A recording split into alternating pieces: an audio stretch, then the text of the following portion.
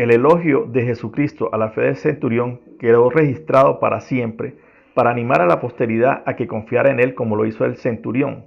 Por ello, no solo los hijos de Abraham eran los invitados al reino de Dios, sino que por la fe en el Padre, el Hijo y el Espíritu Santo, los no judíos también contaban. Siempre contaron, pero el Hijo de Dios vino a dejarlo en claro.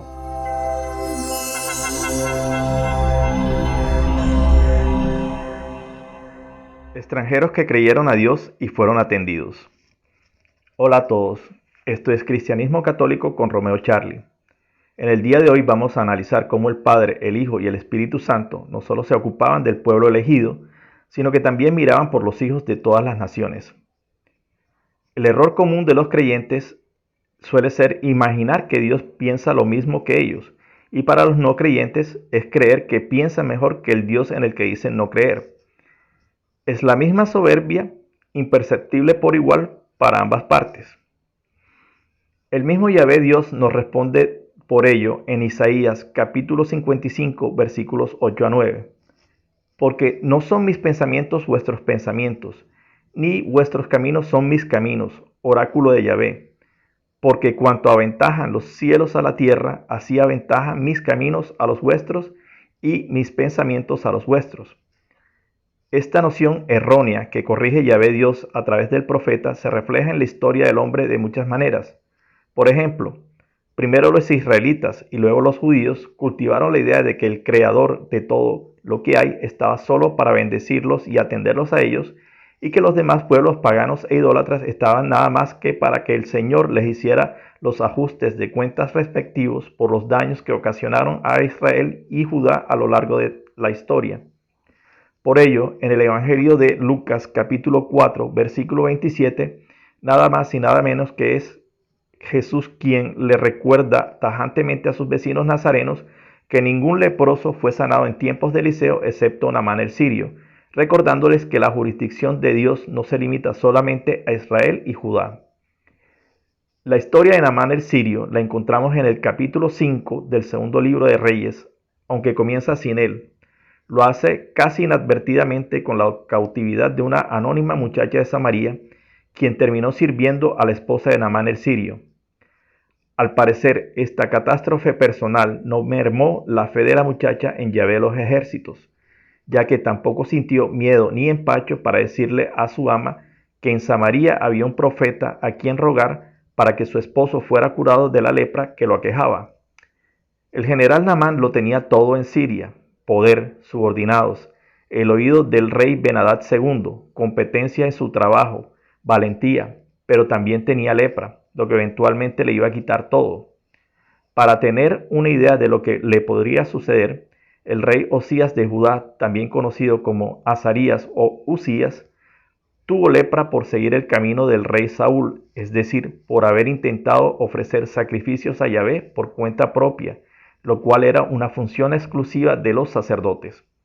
Y debido a su enfermedad, tuvo que vivir aislado y dejar el gobierno en manos de su hijo Jotán. Al oír Naamán lo que la muchacha de Samaria dijo a su esposa, ni corto ni perezoso puso manos a la obra. Le pide ayuda al rey Ben-Hadad II, que decide allanarle el camino a su general por la vía de la diplomacia. Además de cartas diplomáticas, Naamán lleva riquezas para halagar a Yahvé, al profeta y al rey de Israel. Naamán no conoce bien a Dios, pero cree en él, por lo que quiere asegurarse de que todo le sea propicio.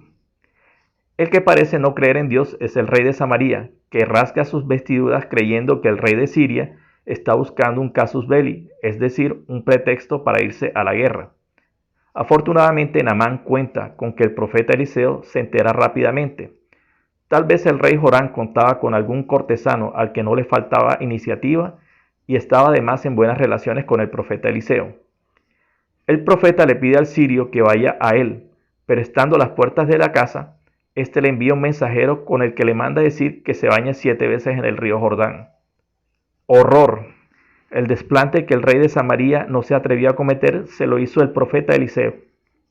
Indignado, Naamán emprende el camino de regreso, quizás con ánimos revanchistas.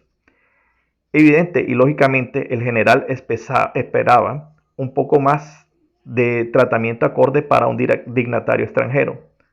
Como Naamán aún no conocía muy bien a Dios, había que informarle, así que fuera de forma brutal, que la gloria de este mundo no es nada para él. Naamán es apenas un miserable pecador a sus ojos. Felizmente para Naamán, sus criados también creyeron en Dios, por lo cual, con muy atinada lógica, le indicaron que debía hacer lo que le había ordenado el profeta, ya que hubiera estado dispuesto a algo mucho más difícil si se lo hubieran ordenado. Al bañarse en el Jordán 7 veces, el general se humilla y al humillarse recupera la salud, por lo cual ya no solo cree en Dios, sino que le cree a él también. Ahora Naamán es un converso. Veamos una vez la cadena de acontecimientos. La anónima muchacha israelita cree en Dios a pesar de sus vicisitudes y hace que por su declaración de fe crean la esposa de Naamán, Naamán mismo, sus criados y el rey Ben-Hadad II. El primer obstáculo es el rey Joram, que no cree a Dios ni le cree a él, a pesar de que vive cerca del profeta Eliseo. El segundo obstáculo es el orgullo de Naamán, que a pesar de su enfermedad no había menguado en lo más mínimo. Por la gracia de Dios, Naamán recibe un buen consejo de sus criados. Nótese que eran sus criados, no sus asesores ni nadie que estuviera encumbrado los que le dan los consejos atinados a Naamán. El general recapacita y se humilla recibiendo la salud y la conversión. Transformado por dentro y por fuera, quiere expresar su agradecimiento a Dios de la forma que él conoce mejor, con dinero y riquezas. Y todavía recibe una nueva lección de Yahvé. Le dice que su dinero no sirve con él aquí. Los milagros de Yahvé no se compran, son gracia divina. Bien, unos 814 años después, más o menos, un centurión romano es asignado a servir los intereses de Roma y asegurar la pax romana en Cafarnaúm, un poblado galileo que estaba nominalmente al menos bajo la jurisdicción de Herodes el tetrarca. El centurión se sintió atraído hacia la religión de los judíos. A pesar de ser un oficial de una fuerza de ocupación, logró vencer su reticencia, ganarse su simpatía y demostró amar al pueblo judío edificándoles una sinagoga, muy probablemente la de Cafarnaúm misma. El centurión iba directo en contra del estereotipo de un soldado invasor. En vez de ser xenófobo, violento y sanguinario, mostraba una sensibilidad excepcional por sus semejantes e incluso por los que no compartían su rango y nacionalidad. Por su rango militar e incluso el hecho de estar allí mismo en Cafarnaúm, ya debía haber recibido informes de un tal Jesús Nazareno que empezaba a hacer alboroto con curaciones milagrosas, exorcismos y, más llamativo aún, reclutando discípulos. Cualquier militar en su lugar se hubiera puesto en máximo estado de alerta porque el poder de convocatoria de Jesús Nazareno era peligroso. De lo que hacía Jesús a las azonadas y las rebeliones no había sino un paso. Pero por su sensibilidad, el centurión se sentía también atraído por Jesús y su mensaje. Tan atraído se sintió que, cuando un criado suyo cayó paralítico, es decir, gravemente enfermo, no hizo caso de la dignidad de su cargo y en vez de llamar a Jesús a su despacho, fue a buscarlo. El centurión le pide a Jesús la sanación de su criado, a la cual Jesús accede, indicándole que irá a ver al enfermo. El romano podría estar o no al tanto de la ley mosaica de pureza ritual, pero sí del odio ciego que muchos judíos tenían hacia los romanos y cualquier extranjero.